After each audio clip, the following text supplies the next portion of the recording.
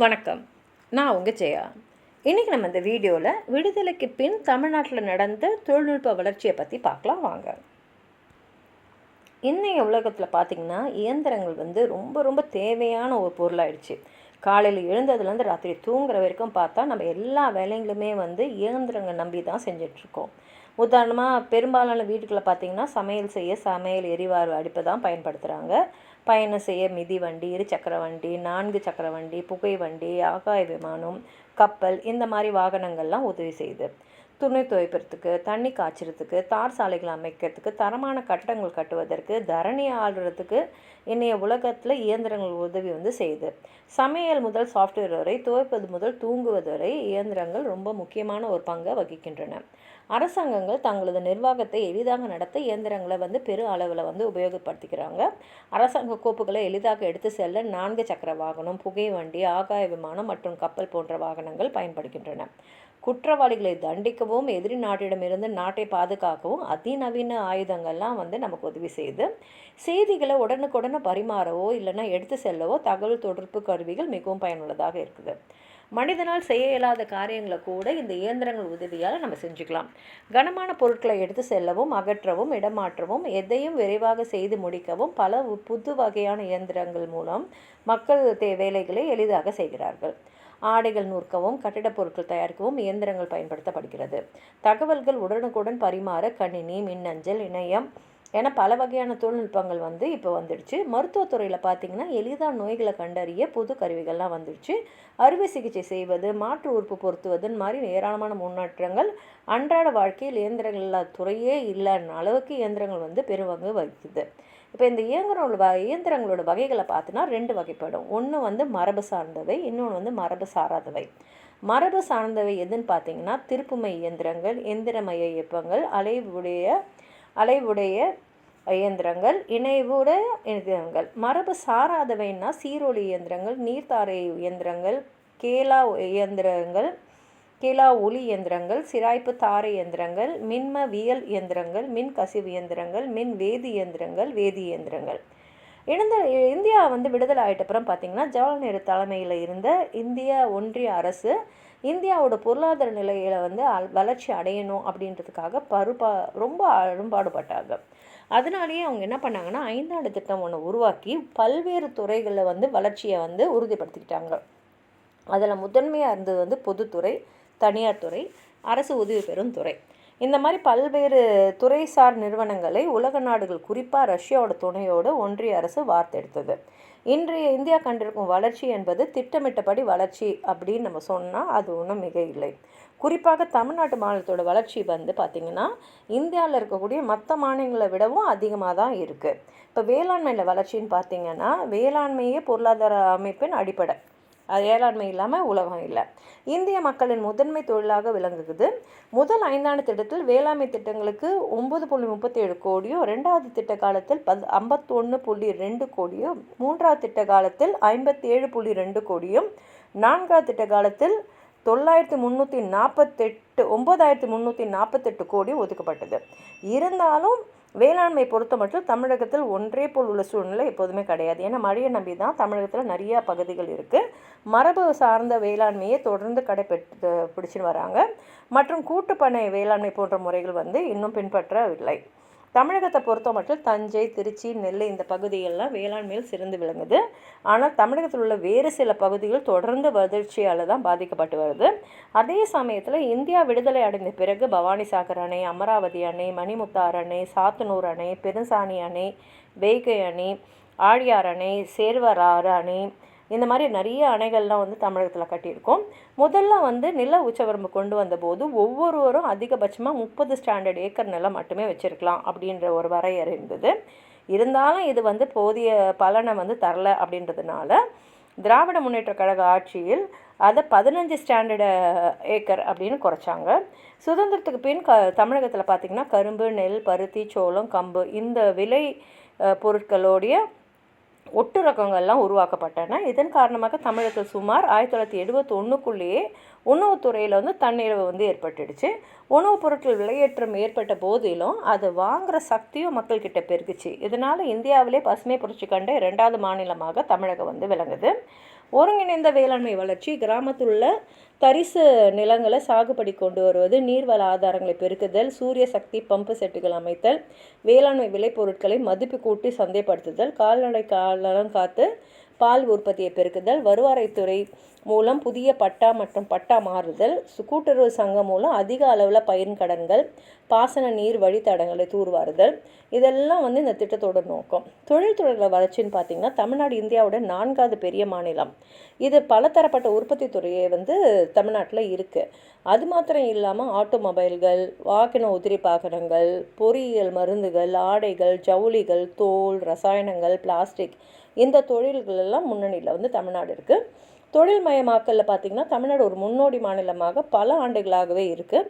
குறிப்பாக பார்த்திங்கன்னா பொறியியல், மோட்டார் வாகன உற்பத்தி பாகங்கள், ஜவுளி, தோல், சர்க்கரை, இந்த உற்பத்தி துறைகளை தமிழ்நாடு தொடர்ந்து முன்னணியில் இருந்து வருது.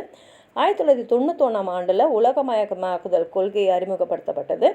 இந்த காலகட்டத்தில் இருந்து நாட்டின் தொழில் வளர்ச்சியை நிர்ணயிப்பதில் தனியார் துறையின் பங்கு அதிகமாக இருக்குது. தனியார் முதலீட்டை ஈர்ப்பதில் மாநிலங்களுக்கிடையே போட்டி உருவான போது தமிழ்நாடு அரசாங்கத்துறை தோற்று 2ஆம் ஆண்டு தமக்கான தொழில் கொள்கை ஒன்றினை இது வெளியிட்டு இவ்வாய்ப்பினை பயன்படுத்தி கொண்டுச்சு. தமிழ்நாடு தொழில் வளர்ச்சி கழகம் டிட்கோ, தமிழ்நாடு மாநில தொழில் மேம்பாட்டு கழகம் சிப்காட், தமிழ்நாட்டு தொழில் முதலீட்டு கழகம் டிஐஐசி, தமிழ்நாட்டு சிறு தொழில் மேம்பாட்டு கழகம் டான்சிட்கோ, இதெல்லாம் இணைந்து மாநிலத்தில் தொழில்துறை உள்கப்பை மேம்படுத்தி வருகிறது. இந்த தொழில் கொள்கை தான் மாநிலத்தின் புதிய தொழிற்சாலைகள் விரைவாக உருவாவதற்கு அடித்தளமாக இருக்குது. தமிழ்நாட்டில் மின்னணு மற்றும் மோட்டார் வாகன தொழில் புரட்சிக்கு இத்தொழில் கொள்கை வழி வகுத்திருக்கு. தொழில் வளர்ச்சியினை தென் மாநிலத்தை துரிமையாக்கியது பெருந்தொழில் நிறுவனங்களிடமிருந்து பெருந்திட்டங்களை ஈர்ப்பதற்கு வழிவகுத்தது. இந்த பெருந்திட்டங்களை சார்ந்து உதிரி பாகங்கள் தயாரிக்கும் தொழிற்சாலைகள் அதிக அளவில் தமிழ்நாட்டில் இப்போ உருவாயிருக்கு. வேளாண்மை முதன்மை தொழிலாக இருந்தாலும் அதில் மிக அதிகமான மக்கள் 63% ஈடுபட்டிருந்த போதிலும் குறைந்த விரிப்பாடு, அதாவது 15% மக்களே வேளாண்மை அல்லது பிற தொழில்களில் ஈடுபட்டிருக்காங்க. இந்த தொழில்களை கனரக தொழில்கள், சிறு தொழில்கள், நடுத்தர தொழில்கள் அப்படின்னு பிரிச்சுக்கலாம். இப்போ கனரக தொழில்கள்னு பார்த்திங்கன்னா நெசவு ஆலைகளே பெருந்தொழில் கூடமாக விளங்கி வந்த நிலை மாறி இப்போ சிமெண்ட், உரம், போக்குவரத்து வண்டிகள், டயர் உற்பத்தி, இந்த மாதிரி தொழில்கள்லாம் நிறையா இருக்குது. மத்திய மாநில அரசுகள் இவற்றை விட பெரிய தொழில்களான துப்பாக்கி தொழிற்சாலை, டேங்கர்கள் கட்டும் தொழிற்சாலை, ரயில் பெட்டி தொழிற்சாலை, புதிய கனரக தொழிற்சாலைகளை உருவாக்கியிருக்காங்க. இப்போ சிறு தொழில்பேட்டைன்னு பார்த்திங்கன்னா இந்த சிறு தொழில்கள் ஆயிரக்கணக்கில் பெருக்கி இருக்குது. தொழில் வளர்ச்சியில் தொழில்பேட்டைகள், அரசு நிதி உதவி பெறும் நிறுவனங்கள், புதிய நகர அமைப்புகள்லாம் குறிப்பிட்டு சொல்லலாம். அம்பத்தூர், கிண்டி, ராணிப்பேட்டை, கப்பலூர், அரக்கோணம், மார்த்தாண்டம், திருச்சி, காரைக்குடி, ஓசூர், இந்த இடங்கள்லாம் தொழில்பேட்டைகள் இருக்குது. இதில் அம்பத்தூரும் கிண்டியும் ரொம்ப பெரிய தொழிற்சாலைகள். அப்புறம் தொழிற்சாலைகள்னு பார்த்தாலே பஞ்சாலை தொழில் கோவை மாவட்டத்தில் சிறந்து விளங்குது. மதுரை, அம்பாசமுத்திரம், இந்த இடங்களையும் பஞ்சாலைகள் இருக்குது. கூட்டுறவு நூற்பாலைகள் பல இடங்களில் இருக்குது.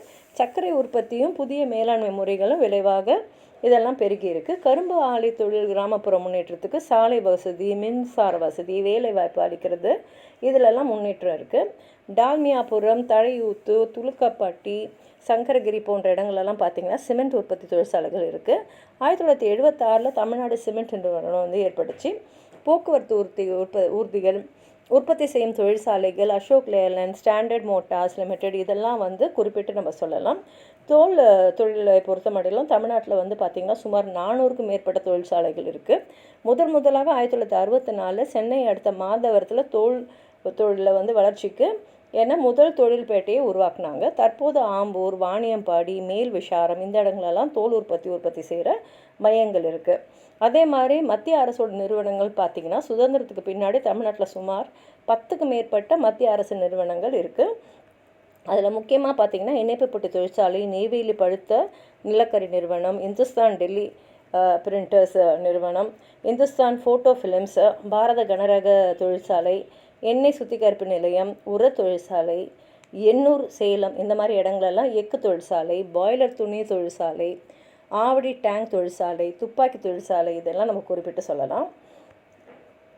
மின் உற்பத்தியில் பார்த்திங்கன்னா தொழில் வளர்ச்சின்னு இருந்தால் மின் வசதி கண்டிப்பாக அங்கே தேவையாக இருக்கும். சுதந்திரத்துக்கு பின்னால் தமிழகத்தில் பார்த்திங்கன்னா 1947 பேசன் பிரிட்ஜ் அனல் மின் நிலையம், 1948 மேட்டூர் நீர் மின் நிலையம், இதெல்லாம் உருவாச்சு. 1957 தமிழ்நாடு மின்சார வாரியம் ஏற்படுத்தப்பட்டுச்சு. இதைகளை தொடர்ந்து கல்பாக்கம் அனல் நிலையம், தூத்துக்குடியில் அனல் நிலையம், அனல் மின் நிலையம் இதெல்லாம் துவங்கினாங்க. போக்குவரத்தில் பார்த்திங்கன்னா சாலை போக்குவரத்து பெரிய முன்னேற்றம் அடைஞ்சிருக்கு.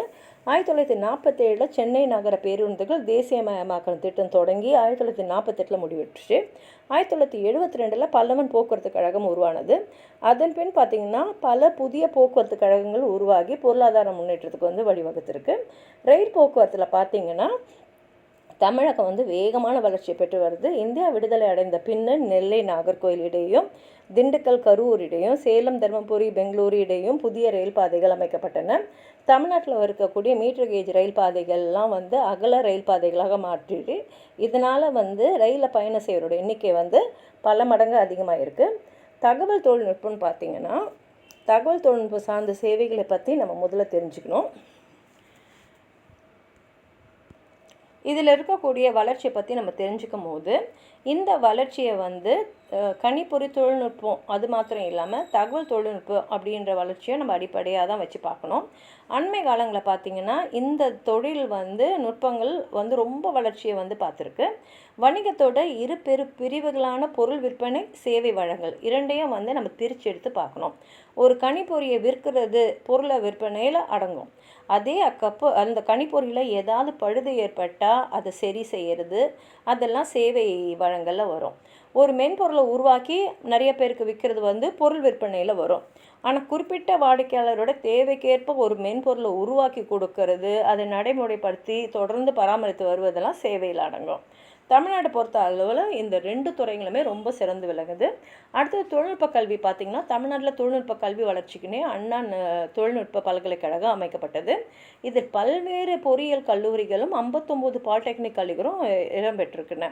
இதில் பார்த்திங்கன்னா என்ன அடிப்படையில் முற்பட்ட இனம், தாழ்த்தப்பட்ட இனம், பழங்குடிகள் அப்படின்னு பாகுபாடுபடுத்தி எளிய சமூகத்தினரும் தொழில்நுட்ப அறிவு பெற்று வருகிறார்கள். முதலமைச்சர் ஒரு விரிவான மருத்துவ காப்பீட்டு திட்டம் பார்த்திங்கன்னா இந்த திட்டத்தின் மூலமாக தகுதி வாய்ந்த நபர்களுக்கு தரமான மருத்துவ வசதிகள் அரசு மற்றும் தனியார் மருத்துவமனைகள் மூலம் வழங்கப்பட்டு வருது. நோயாளிகள் அனைத்து மருத்துவ செலவினையும் இந்த திட்டம் கொடுக்குது. இதன் மூலம் குடும்பத்தின் நிதி சுமை பெருமளவு குறைக்கப்பட்டிருக்கு. இது ஏழை எளிய மக்களுக்கு ரொம்ப பயனுள்ளதாக இருக்குது.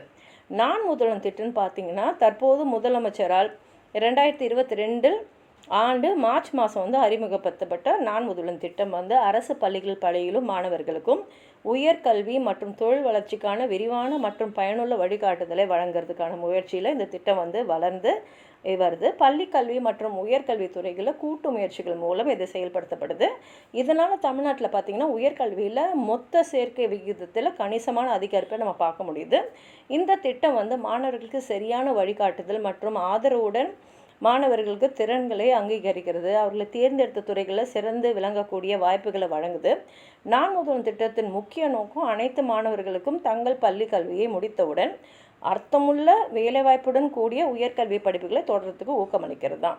தகவல் தொழில்நுட்பத்துறைன்னு பார்த்திங்கன்னா ஹவாய் தீவுகள் 1990 ஆண்டு 2 கோடியாக இருந்த தமிழகத்தின் மென்பொருள் ஏற்றுமதி 1999 பல மடங்கு பெருகியிருக்கு. அன்றைய முதல்வர் மு. கருணாநிதி முதல்வராக நடத்திய தமிழ் இணைய மாநாடும் ஒரு முக்கியமான சாதனை.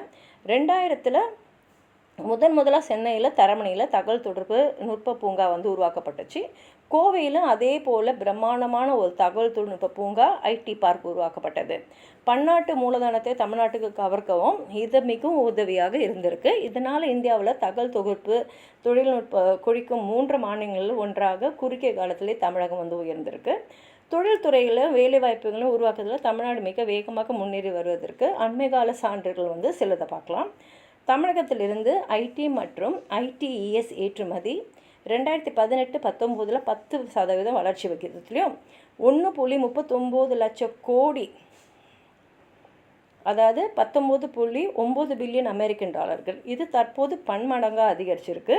ஜனவரி 2021 தமிழ்நாடு 34 முக்கிய முதலீட்டு திட்டங்களுக்கு ரூபாய் 52,257 கோடி முதலீடு செஞ்சுருக்கு. இந்த முதலீடுகள் எலக்ட்ரானிக்ஸ், ஆட்டோமொபைல், அது மாத்திரம் இல்லாமல் ஆட்டோ உதிரி பாகங்கள், இந்த மாதிரி பல்வேறு துறைகளில் 93,000 வேலைவாய்ப்புகளை உருவாக்கியிருக்கு. ஆசிய வளர்ச்சி வங்கியோட உதவியோட சுற்றுலா மேம்பாட்டு திட்டம் தற்போது செயல்படுத்தப்பட்டு வருது. 2019 ஆண்டில் தமிழ்நாட்டோட முக்கிய ஒருங்கிணைந்த ஜவுளி கொள்கை இது 2019 முதல்வர் தொடக்கி வச்சுருக்காரு. நல்லாட்சி குறியீடு 2019 படி தமிழ்நாடு நிர்வாகத்தில் முதலிடத்தில் இருக்குது. இது முதலீடுகளை ஈர்ப்பதில் முக்கிய பங்கு வகிக்குது. தமிழ்நாடு தனது 2வது உலகளாவிய முதலீட்டாளர் சந்திப்பை, அதாவது GIM, ஜனவரி 23 மற்றும் 24, 2019 அன்று ஏற்பாடு செய்தது. அதில் இம்மாநிலம் இலக்கு முதலீட்டை விஞ்சி ஆட்டோமொபைல், டெக்ஸ்டைல்ஸ், புதுப்பிக்கத்தக்க எரிசக்தி இந்த மாதிரி 12 துறைகளில் 3.4 லட்சம் கோடி முதலீடு பெறப்பட்டிருக்கு. மாநிலத்தில் 10.5 லட்சம் வேலைவாய்ப்புகளை உருவாக்குற ஒரு எதிர்பார்ப்போட சுமார் 146 புரிந்துணர்வு ஒப்பந்தம், அதாவது MOUs கையெழுத்தாயிருக்கு. வெளிநாட்டு சுற்றுலா பயணிகளோட வருகையில் தமிழகம் முதலிடமும், உள்நாட்டு சுற்றுலா பயணிகளோட வருகையில் 2வது இடத்துலையும் வந்து தமிழ்நாடு இருக்குது. உங்களுக்கு ஏதாவது சொல்லணும்னு நினச்சிங்கன்னா கீழே இருக்கிற கமெண்ட் பாக்ஸில் எழுதுங்க.